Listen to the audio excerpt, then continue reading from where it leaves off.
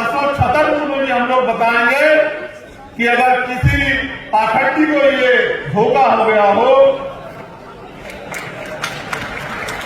कि वो हमारे लोगों का अपमान करेगा तो ये अपमान बर्दाश्त नहीं किया जाएगा। हमारे साथियों, जब उसे पूछा जाता है कि इतना बल कहां से आता है, तो मैं आपको बताना चाहता हूं कि इतना बल कहां से आता है। यहां हमारे भाई बैठे हैं सुदर्शन यादव जी। ये बल यहां से आता है कि उनकी माता का देहांत हो गया आज, लेकिन वो आदमी यहां इस सभा में अपने निवेशन में मौजूद है। कहां है सुदर्शन भाई?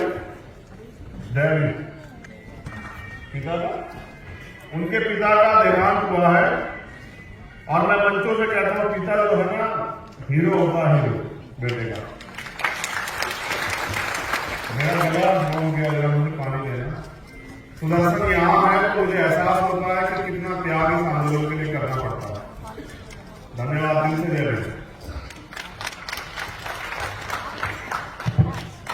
वो मिशनरी गायक भी है और इसके जैसी परिस्थिति हमारे बहुत सारे परिवारों में पहले से आ चुकी है। समय समय पे एक तरफ हमारा व्यक्तिगत परिवार था और हमारे परिवार में परेशानियां थी, दूसरी तरफ समाज था। हमने परिवार को छोड़ के समाज को चुना। ये भीम आर्मी की ताकत है। जो लोग जानना चाह रहे हैं कि भीम आर्मी इतने कम समय में दुनिया के पटल से कैसे कामयाब हुई, उनका नाम टाइम संजीवन के वर्णन का क्यों आता मुझे कार्यकर्ता का, उनको मेरा ये जवाब कि भीम आर्मी के लोग दिमाग का से तो काम लेते हैं, लेकिन अपना दिल निकाल के समाज के लिए तैयार हैं, अपना दिल तक निकाल सकते। और उसी ताकत की वजह से आज एक प्राइमरी स्कूल के हेडमास्टर का बेटा दिल्ली में खड़े होकर अपने महापुरुषों के आंदोलन को आगे बढ़ाने के लिए काम कर रहा है। अगर ये प्यार इस आंदोलन में ना हो तो बहुत सारे जुर्माने और संगठन बहुत सारे लोगों ने चला रखे देश में, आज तक उनको जिले में पहचान नहीं मिल पाई। इसलिए मैं भीम आर्मी आजाद समाज पार्टी के कार्यकर्ताओं का धन्यवाद देता हूं और उनको कैडर देने वाले हमारे मिशन 78 के तमाम सीनियर लोगों का बहुत बहुत दिल से धन्यवाद करता हूं, क्योंकि उन्होंने हमारी ताकत को रास्ता देने का काम किया। तो मैं जब बात काशीराम साहब से कर रहा हूं तो मैं याद दिलाता हूं आपको कि बाबा साहब अम्बेडकर जब 56 में चले गए और उनके द्वारा बनाया गया दल आरपीआई,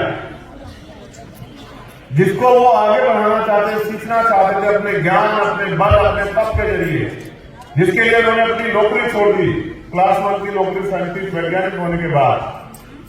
और जब वो उसमें कुछ नहीं कर पाए और वहां के नेताओं ने उनको ये कह के इग्नोर कर दिया कि तुम हो कौन, हम 30 साल में चला रहे हैं, 20 साल में चला रहे हैं, तुम कल के आए हो, तुम हमें सिखाओगे। और क्या समय लिखा होगा मेरे ड्राइवर पे कि वो सब कुछ छोड़ के नाउमीद होकर दिल्ली चले आए और यहां दिल्ली में आके,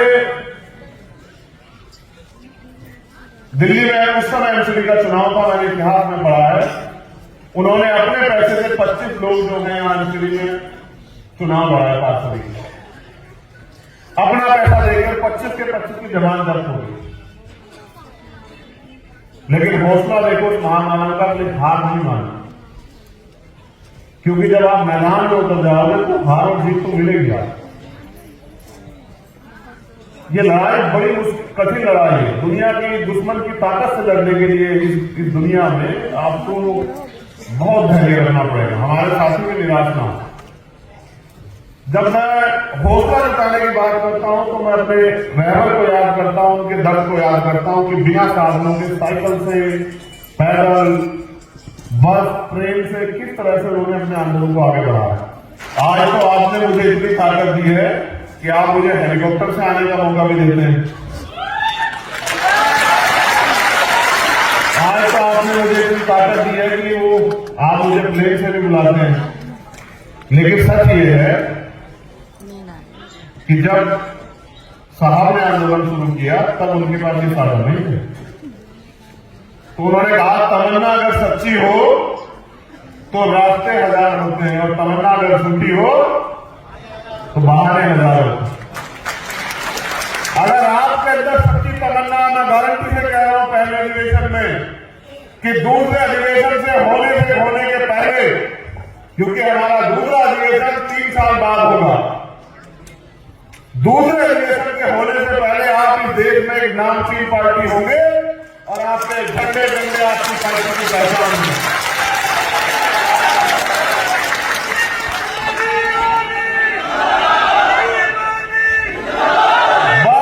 जरूरत है जितना दम आप इस नारों के साथ लगाते हैं उतने दम से आप जमीन पे जाके काम नहीं करते। जैसे आज हम लोग यहाँ 17 तारीख में हमारी रैली है छतरपुर में, मध्य प्रदेश में, तो वहां वो काम भी देखना है। उसके अलावा तमाम प्रदेशों में अलग अलग काम लगे हुए हैं। तो हमने ये तय किया था कि बहुत कम डेलीगेट लोगों को बुलाएंगे, 2 स्टेट पे ज्यादा फोकस करेंगे, 2-3 स्टेट पे, जिनमें उत्तर प्रदेश है, मध्य प्रदेश है, राजस्थान। उनके ज्यादा डेलीगेट को बुलाएंगे, उनको समझाने का काम करेंगे कि किस तरह से आने वाले समय में उन्हें काम करना। इसीलिए तय हुआ था कि सब लोगों को बुलाएंगे। फिर मैंने सोचा कि भाई मेरा तो मन ये था कि भाई जो भी जगह मुझे इसमें करने, तो हमारे साथ ने कहा कि अब तो हमें महामानव के आशीर्वाद से, हमारे संतों गुरुओं महापुरुषों के आशीर्वाद से, बाबा साहब अम्बेडकर के त्याग बलिदान से अब तो हम पे इतने साधन तैयार हो रहे हैं कि हम कोई बड़ा सा हॉल कर सकते हैं जहां आपको भी गर्मियां लगे और हमारे आने वाले साथियों को भी गर्मियां लगे, आराम से लोग आपकी बात कर सकते हैं। फिर ये फैसला हुआ कि भाई कोई ऑडिटोरियम ढूंढा जाए, तो ऑडिटोरियम फिर कहीं ढूंढे, सारे लोग थे। मन तो ये था कि अधिवेशन पे एक बड़ा समारोह करेंगे कि जो वर्तमान का शासक है उसकी जड़ें हिल जाए। फिर ये तय हुआ कि अभी तो हिला ही है मध्य प्रदेश में,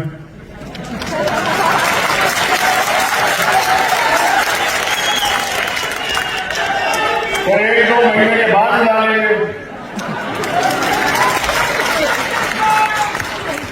इसलिए तय हुआ कि श्री फोर्ट ऑडिटोरियम में सीमित साथियों को बुला के हम लोग अपना अधिवेशन करेंगे, वरना हमारा बल उत्तर प्रदेश और देश के विभिन्न राज्यों की और दिल्ली की सरकार ने जानती है कि हमने अभी कुछ दिन पहले मध्य प्रदेश में, उससे कुछ दिन पहले दिल्ली में रामलीला मैदान में अपनी ताकत का प्रदर्शन करके इनको बताया था कि हमारे अंदर कितना बल।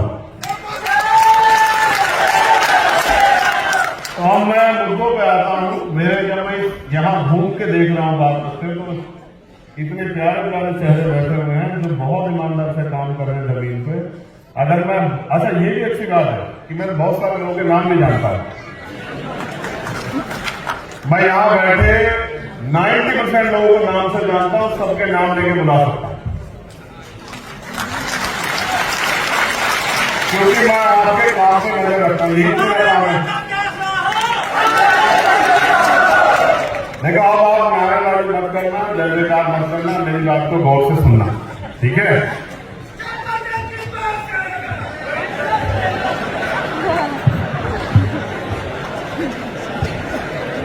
बस इतना सा ही तैयार करना है मुझे तुम्हें कि तुम अनुशासित हो जाओ सभी साथी।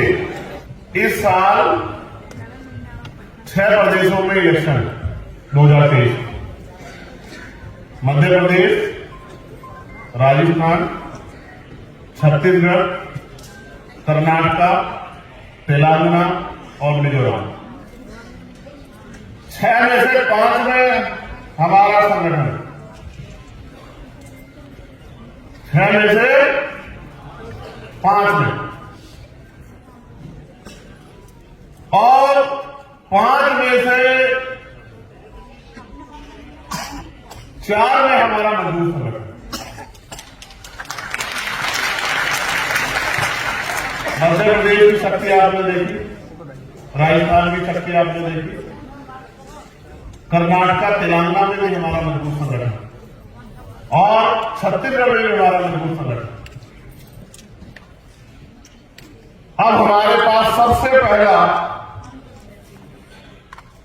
जो संकल्प होना चाहिए अधिवेशन पे, ताली बजाने से, नारे लगाने से आगे बढ़ के, वो ये होना चाहिए मेरे आपके सबके जहन में कि हम इस चुनाव में अपनी पार्टी को सफल कैसे बनाएं। हम इस चुनाव में अपनी पार्टी को अपने पैरों पे कैसे खड़ा करें। हम इस चुनाव में बैसाखियों का सहारा छोड़ के, किराए के घरों का सहारा छोड़ के अपने मकान को कैसे मजबूत करें। हम इस चुनाव में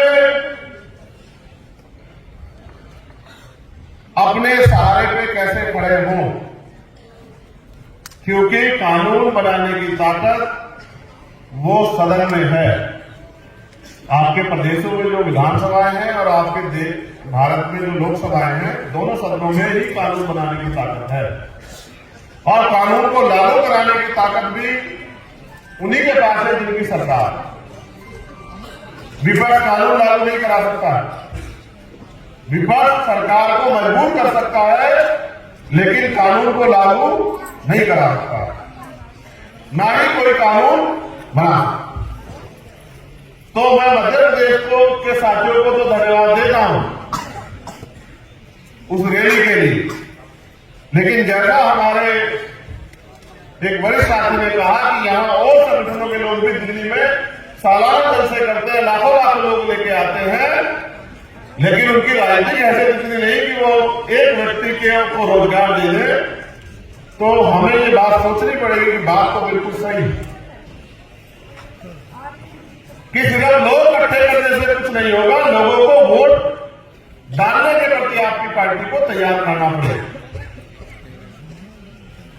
और इसके लिए बेसिक ये है कि जो हमारे वहां उन प्रदेशों में पार्टी के प्रभारी हैं, जो हमारे मिशन 78 के प्रभारी हैं, मिशन 78 के लोग हैं, उनको कार्यकर्ता को इस लड़ाई को लड़ने के लिए इस मैदान, जो सजा हुआ मैदान है, उसके लिए तैयार करना पड़ेगा।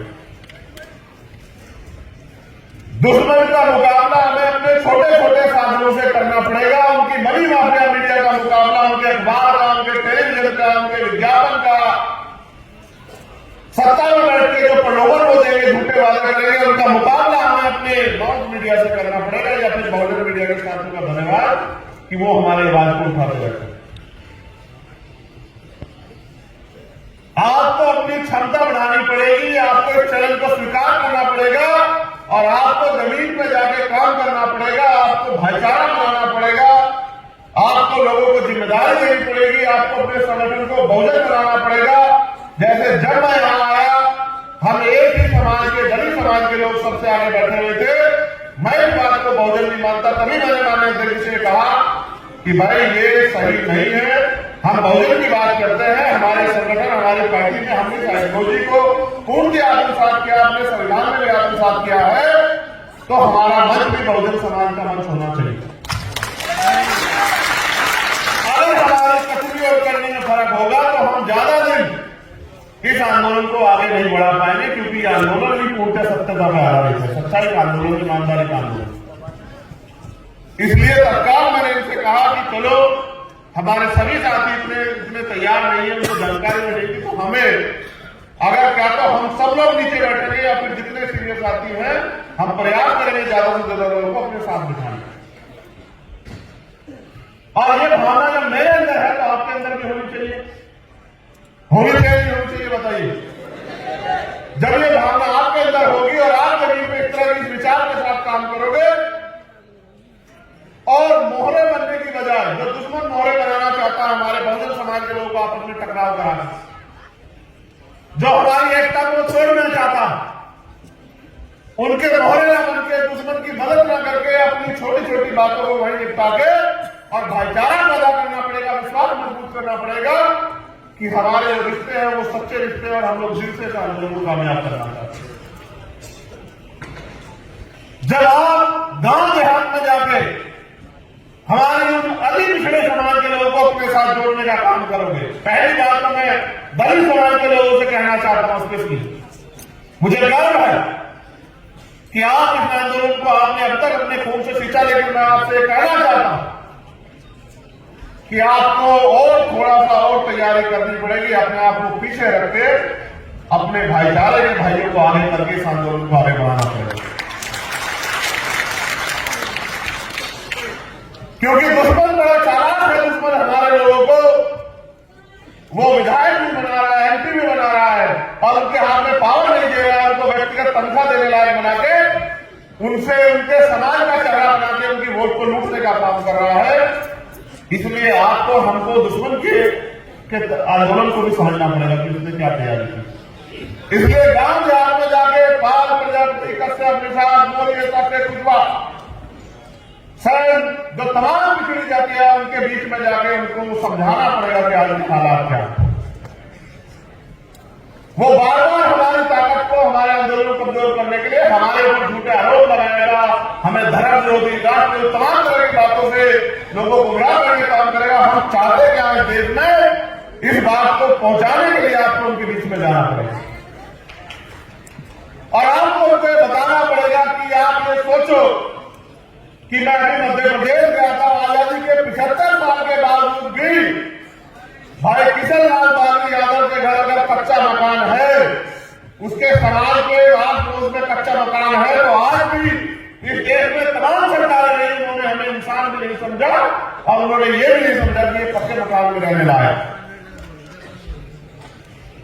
इसलिए हमें जमीनी तौर पर अपने आंदोलन को तैयार करना पड़ेगा और आपस में ना लड़के भाईचारा बना के बहुजन समाज के लोगों में एक दूसरे के सुख दुख की लड़ाई लड़नी पड़ेगी और ये समझना पड़ेगा हर घटना के पीछे दुश्मन की कोई ना कोई साजिश हो सकती है, तो जल्दबाजी न करके घटना की तय पे जाना पड़ेगा। अगर बिना घटना की तय पे जाएंगे तो प्रथम दृष्टया बहुत बड़ा झगड़ा रहेगा और ज्यादा जमीन में देखेंगे तो पता लग जाएगा कि दुश्मन ने साजिश करके हमारे लोगों को गिराने का काम किया है। और हम बुद्धिजीवी तभी है जब हम उस दुश्मन की साजिश को समझ के खबरदार होकर अपने लोगों को तैयार करें।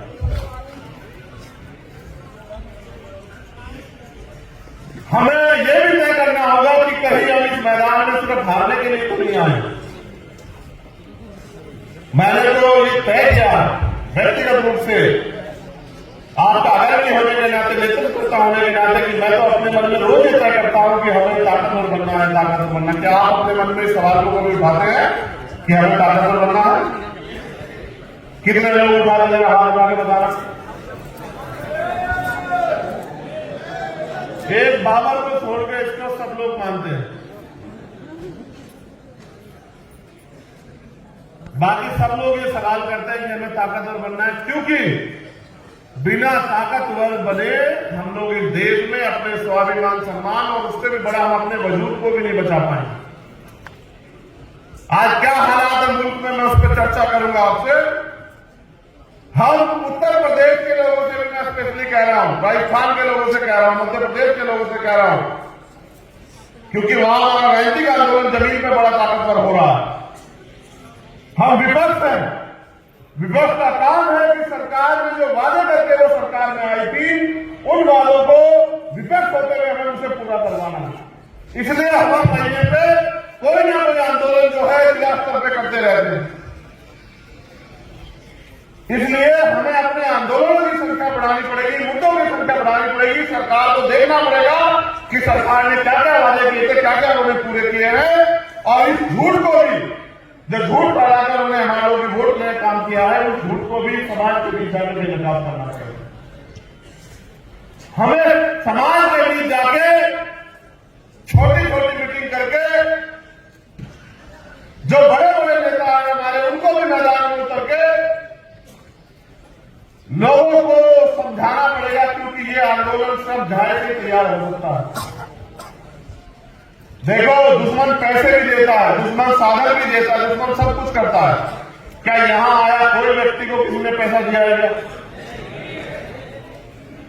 हाँ, हम पैसा भी अपना खर्च करते हैं, समय भी अपना खर्च करते हैं, ऊर्जा भी अपनी लगाते हैं, तन मन धन को भी अपने निछावर करने को तैयार है महापुरुषों के आंदोलन के लिए।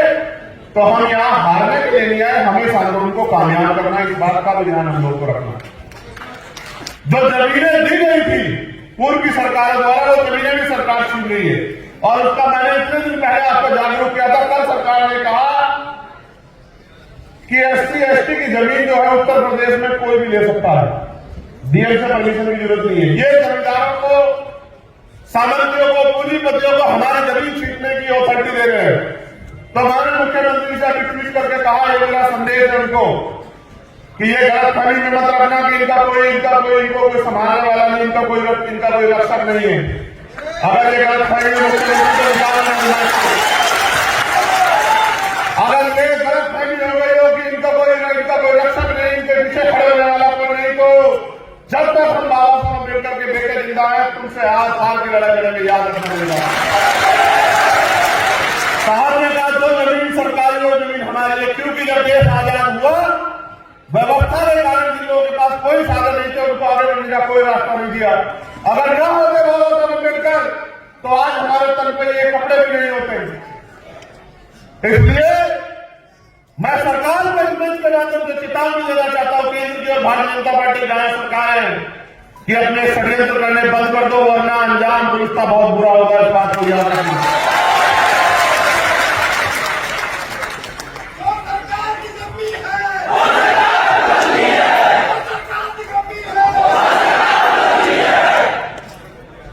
ये जमीन छीनना चाहते हैं और हम जमीन दिलाना चाहते हैं।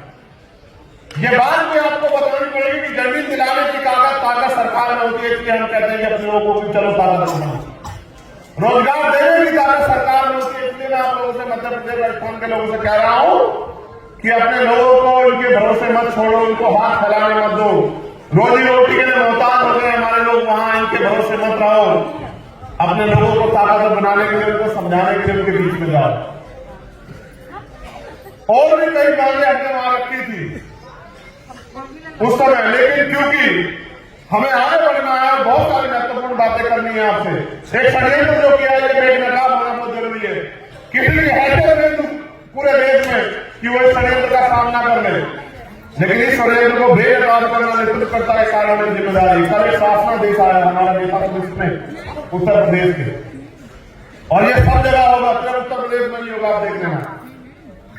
उन्होंने कहा कि 22 तारीख से 30 तारीख तक रामनवमी का त्यौहार है और वो तमाम तरह की जो धार्मिक आयोजन है वो होगा, और उसमें 1 लाख रुपए हम लोग पंडित पुजारियों को ये काम करने का देंगे। पहली बात, संविधान ये स्पष्ट करता है कि कोई भी धार्मिक कार्य किसी भी जाति धर्म का हो वो सरकारी खर्चे में नहीं हो सकता। हाथ खोलो, दिमाग खोलो, हाथ मत जोड़ो, दिमाग खोलो। वो ये कह रहे हैं, देखो उनका षड्यंत्र। उन्होंने कहा कि डीएम एसएसपी जाकर व्यवस्था करेंगे, एसडीएम जाकर व्यवस्था करेंगे। उनका लक्ष्य क्या है, इस बात को समझो भाई। धर्म आपका व्यक्तिगत मामला है, कोई आपको अपने धर्म को मानने से नहीं रोक सकता, और चाहे वो हिंदू धर्म के लोग हो, मुस्लिम धर्म के लोग हो, ईसाई धर्म के लोग हो, सिख धर्म के लोग हो, कोई भी धर्म देना सिखाता, लेना नहीं सिखाता, लूटना नहीं सिखाता, जो सिखाता। और धर्म को मानने वाले लोग अपनी आस्था ये होती है कि वो अपना खर्च करके अपने धर्म को सीखते हैं। ये है असली धर्म। इन्होंने व्यवस्था की है कि बैनर लगेंगे जनप्रतिनिधियों के, वो सरकारी खर्चे में लगेंगे, और मंदिरों में लगेंगे। और मंदिरों में जो एमपी एमएलए, क्योंकि उनकी सरकार है वहां, तो इनके नेता वहां मुख्य अतिथि होंगे। आप सोचो मंदिर को राजनीतिक घर बनाना चाहते हैं कि मंदिरों में इनके नेता जाए, सरकारी खर्चे में जाके भाषण दे, और भाषण देके कहें कि देखो हमारी पार्टी ने किया है, इसलिए आप हमारे साथ जुड़ जाए। ये हमारे दलित पिछड़े वर्ग के लोगों को बेवकूफ बनाने की तैयारी है, उनकी वोट को लूटने की तैयारी है। ये कोई धार्मिक नहीं है। अगर धार्मिक होते हैं तो मंदिर छोड़ के गोरखपुर का ये लखनऊ की सत्ता में भी बैठे होते, आप सब लोग जानते हैं। हमें अपने समाज को संविधान देना होगा। हमारी बहनें वहां जाएंगी मंदिरों में पूजन करने के लिए, ये वहां अपनी बात बता के उनको बेवकूफ बनाने का काम करेंगे। हमें ज्यादा बड़े पैमाने पर मैं आपसे कह रहा हूं कि अपनी बहनों को इस आंदोलन से जोड़ना पड़ेगा, हमारी माओ को तैयार करना पड़ेगा।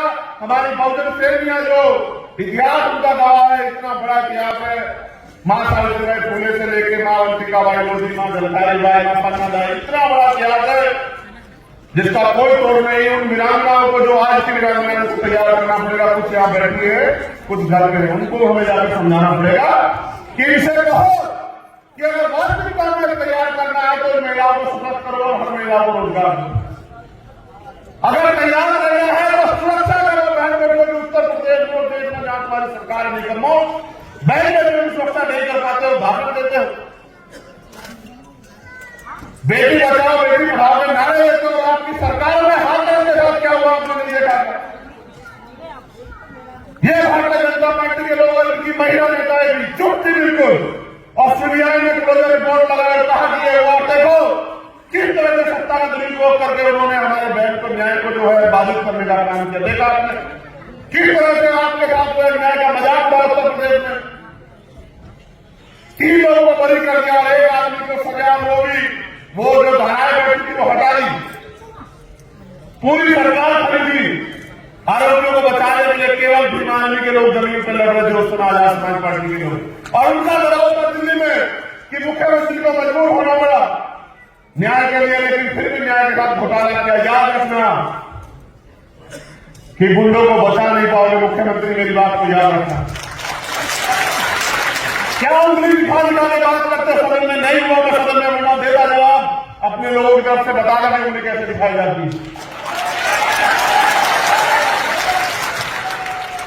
हमारे तो बहुत बड़े बड़े अधिकारियों के दूर हुए। मैं इसलिए उत्तर प्रदेश के लोगों को ज्यादा निर्देशित करना चाह रहा था क्योंकि उनके यहाँ पंचायत, उसका नगर पंचायत का चुनाव आ गया अप्रैल में। और आपने देखा जब ये आपके बीच में आया तो मैं पूछ रहे थे कि बताओ पिछड़े वर्ग के लोगों को नगर निकाय में आरक्षण न मिले, इसकी तैयारी क्यों करके रखी आपने? क्यों इतने दिन तक आपने जो है वो ट्रिपल टेस्ट पास नहीं करवाया?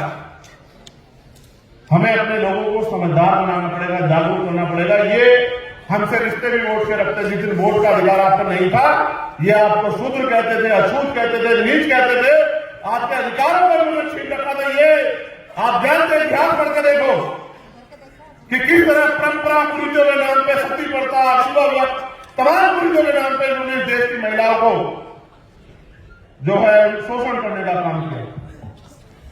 मेरे मूल निवासी बहुजन समाज के लोगों, अपने दिल में हाथ रख के पूछो कि सती प्रथा के नाम पे अगर आज सती प्रथा होती और आपके घर में अगर आपके घर में कोई बहन विधवा हो जाती, चाहे वो आपकी बहन हो, भाभी हो, मां हो, उसको सदफुलों में बांधते अगर जलती चिता पे लगाया जाता तो आपके छाती में क्या बीती, आपके दिल पे क्या बीती, आप सोच के देखो। क्योंकि तब हम पे अधिकार नहीं थे, देश में पूरा हुआ। जब इस देश के बावजूद को लड़ने का अधिकार नहीं था, उनको हथियार उठाने का अधिकार, तब गुलाम हुआ। आज गुलाम करके निकालो। अगर किसी भी माने दूर चुनाव की, चाहे वो चाइना, पाकिस्तान में कोई सामने देश हो, जिसको गलत फहमी में अब गुलाम बना के दिखा। ये गुलाम तब हुए हम जब इनके हाथ में पावर थी और हम बहुजन लोगों को, दलित पिछड़े आदिवासी और अल्पसंख्यक लोगों को कहा कि तुम हथियार नहीं उठा सकते हो। आज तो हम अपने हकों के लिए लड़ने को तैयार। अभी जो घटना राजस्थान में घटी, जहां नासिर और जुनैद को तथाकथित गुंडे जो थोड़े से धन के लिए पशुओं की तस्करी करते हैं, उन गुंडों ने जो तथाकथित गोरक्षक हैं, उन्होंने उन बच्चों को राजस्थान से उठाया, हरियाणा में लाके पीटा, फिर थाने लेके गए और थाने में ले जाकर पुलिस को उनको सौंपने का काम किया। उनकी हालत देखकर पुलिस ने मना कर दी, तो उन दोनों बच्चों को बेल्टों से बांधकर उनको जिंदा जलाने का काम किया। पूरी दुनिया में अगर इस घटना को देखा जाए तो ये घटना इतनी निंदनीय है कि इसकी जितनी निंदा की जाए वो कम।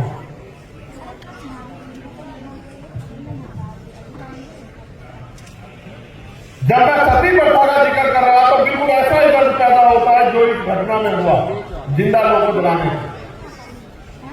वो तो मैं धन्यवाद देता हूं राजस्थान और हरियाणा की टीम का। उन्होंने एक दिन में पूरा 1 दिवसीय आंदोलन करके सभी मुख्यालयों पे, और उनके सहयोगी के रूप में उत्तर प्रदेश उत्तराखंड की टीमों ने सभी जिला मुख्यालयों का आंदोलन करके उस निकम्मे मुख्यमंत्री को उन परिवारों से मिलने जाने के लिए मजबूर कर दिया, जबकि उनकी सरकार में अभी तक गिरफ्तारियां नहीं हुई। यहां मौन की घटनाएं होती है, यहां ग्रंथ साहिब की बेइज्जती की घटनाएं होती है, यहां तमाम तरह से हमारे गुरुओं को, हमारे पवित्र को ढाने की तैयारी चल रही है। बड़े पैमाने पर सरकार के लोग बसे में 70 साल से लोग बसे में ब्रेली बधाइयों का एक मामला मुझे बताया साथियों ने, उन परिवारों को उजाड़ने का काम कर दिया, हल्द्वानी में जिससे उजाड़ने का काम किया, इन सबके खिलाफ भी हमें लड़ने की तैयारी करनी चाहिए और अपने संवैधानिक आंदोलन से सरकार को, इनकी सरकार की साजिश को नाकामयाब करना चाहिए। हमें जमीन पे जाके अन्याय करने वाले लोगों से, जो पीड़ित लोग हैं, उनकी आवाज बनना चाहिए, उनके साथ खड़ा होना चाहिए। जब नाइंसाफी हो, अन्याय हो, तो हमें जाति धर्म से ऊपर उठ के उनकी मदद करनी चाहिए। ये हमारी जिम्मेदारी होनी चाहिए। मैं एक भीम आर्मी के वरिष्ठ साथी यहां बैठे, सीनियर साथी, उनको भी एक आग्रह करना चाहता हूं कि वो अपनी पाठशालाओं पे ज्यादा काम शुरू करें। उन पाठशालाओं के जरिए हमारा नया पल तैयार हो रहा है, उन पाठशालाओं पर ज्यादा काम करें। उसके साथ साथ भीम आर्मी को अब हम बहुजन सुरक्षा दल के रूप में भी उनसे काम लेंगे। बहुजन सुरक्षा दल का क्या काम है, इसको जानने के लिए अब संगोष्ठियां जो है आप लोगों के बीच में रखी जाएंगी और भीम आर्मी के लोगों को, भीम आर्मी के हमारे नेताओं को, अपने कैडर को तैयार करना है कि वो अपने इस दल को, इस शक्ति को बहुजन समाज की सुरक्षा में समर्पित, अर्पित करने का काम करें।